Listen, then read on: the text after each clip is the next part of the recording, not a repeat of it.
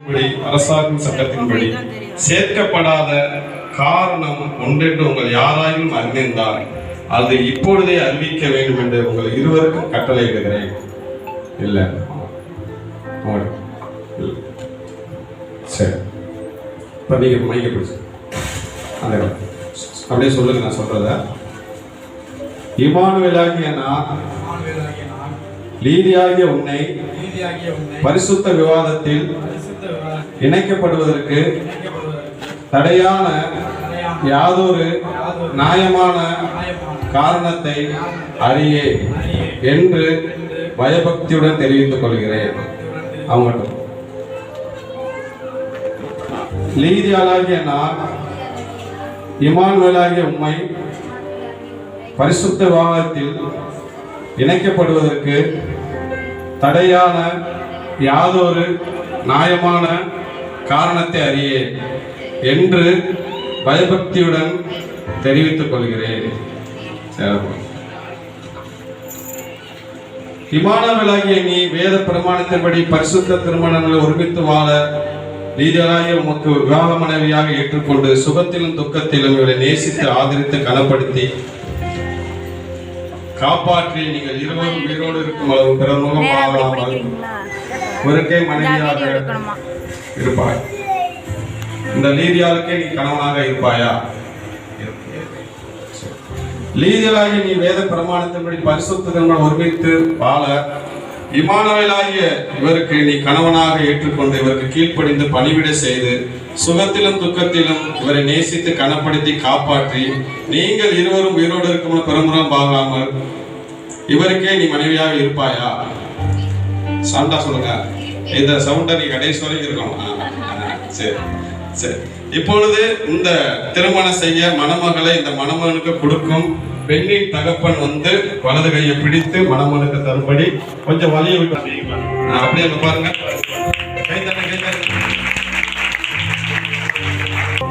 பாருங்க, உங்களுக்கு விழா இருக்கும் மதுரையில இருந்து உங்களுக்கு அப்படியே பிடிச்சுக்கங்க.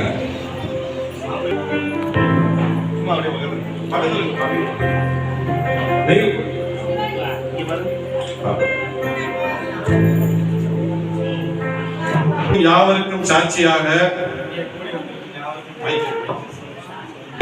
நான் லீதியாளாகிய உம்மை இன்று முதல் விவாக மனைவியாக ஏற்றுக்கொண்டு பரிசுத்த பிரமாணத்தின்படி தேவனுடைய வார்த்தையின்படி நன்மையிலும் தீமையிலும் வாழ்விலும் தாழ்விலும் சுகத்திலும் துக்கத்திலும் மரணம் நம்மை பிரிக்கும் அளவும் உன்னை நேசிக்கவும் ஆதரிக்கவும் உமக்கு கீழ்ப்படியவும் எல்லாம் கைகளை தட்டுவோம்.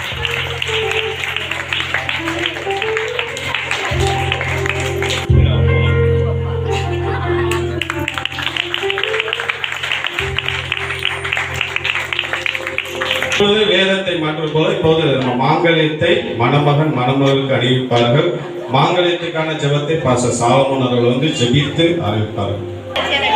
இப்பொழுது கொஞ்சம் அமைதி. நாம் எல்லாரும் ஆசீர்வதித்து நாம் ஜெபித்து மணமகனுடைய கரங்களை கொடுக்க போகிறோம். எல்லாரும் உடைய கரத்தை நீட்டுங்க. உடைய தமிழ் கலாச்சாரத்துல இது ரொம்ப முக்கியமானது, இது ரொம்ப சென்சிட்டிவானது. கடைசி வரைக்கும் மணமகளுடைய ஜீவன் போற வரைக்கும் இது நிலைச்சிருக்கணும். எல்லாரும் உடைய கரத்தை நீட்டி இந்த மாங்கல்யத்தை ஆசீர்வதித்து நாம் ஜெபிப்போமா? சர்வ வல்லமை உள்ள ஆண்டவரே, இயேசு கிறிஸ்துவின் நாமத்தினாலே இந்த அருமையான இந்த திருமண நாளில உங்களுடைய பிள்ளைகளுக்கு இந்த திருமாங்கல்யத்தை ஆசீர்வதித்து கொடுக்கும்படியாய் ஜெபிக்கிறேன். நீர் ஏற்படுத்தின, நீர் நடத்தி வைத்த அந்த கல்யாணம் அப்பா, அது கடைசி வரைக்கும் நிலைத்திருந்ததை நாம் பார்க்கிறோம். ஆண்டவரே, எத்தனை பிரச்சனைகள் போராட்டங்கள் வந்தாலும் ஆண்டவரே உடைய ஆசீர்வாதம் இருந்தால் அவர்கள் ஒரு நாளும் பிரிந்து போக மாட்டார்கள் அப்பா. இயேசுவின் நாமத்தினாலே இந்த திருமாங்கல்யம் ஆசீர்வதிக்கப்படுவதாக. இயேசுவின் நாமம்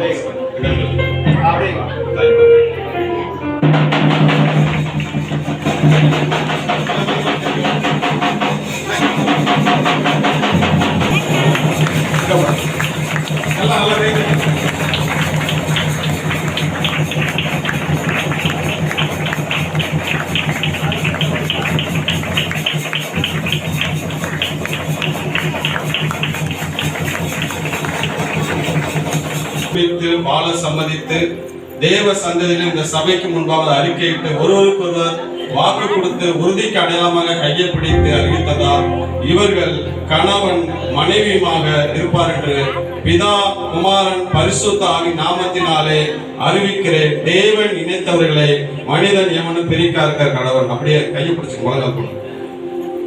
எல்லா மனிதர்கள் வாழ்க்கை அந்த காலத்திலே திருமணம் தேவனால் ஏற்படுத்தப்பட்டது, தேவனால் ஆசீர்வதிக்கப்பட்டது.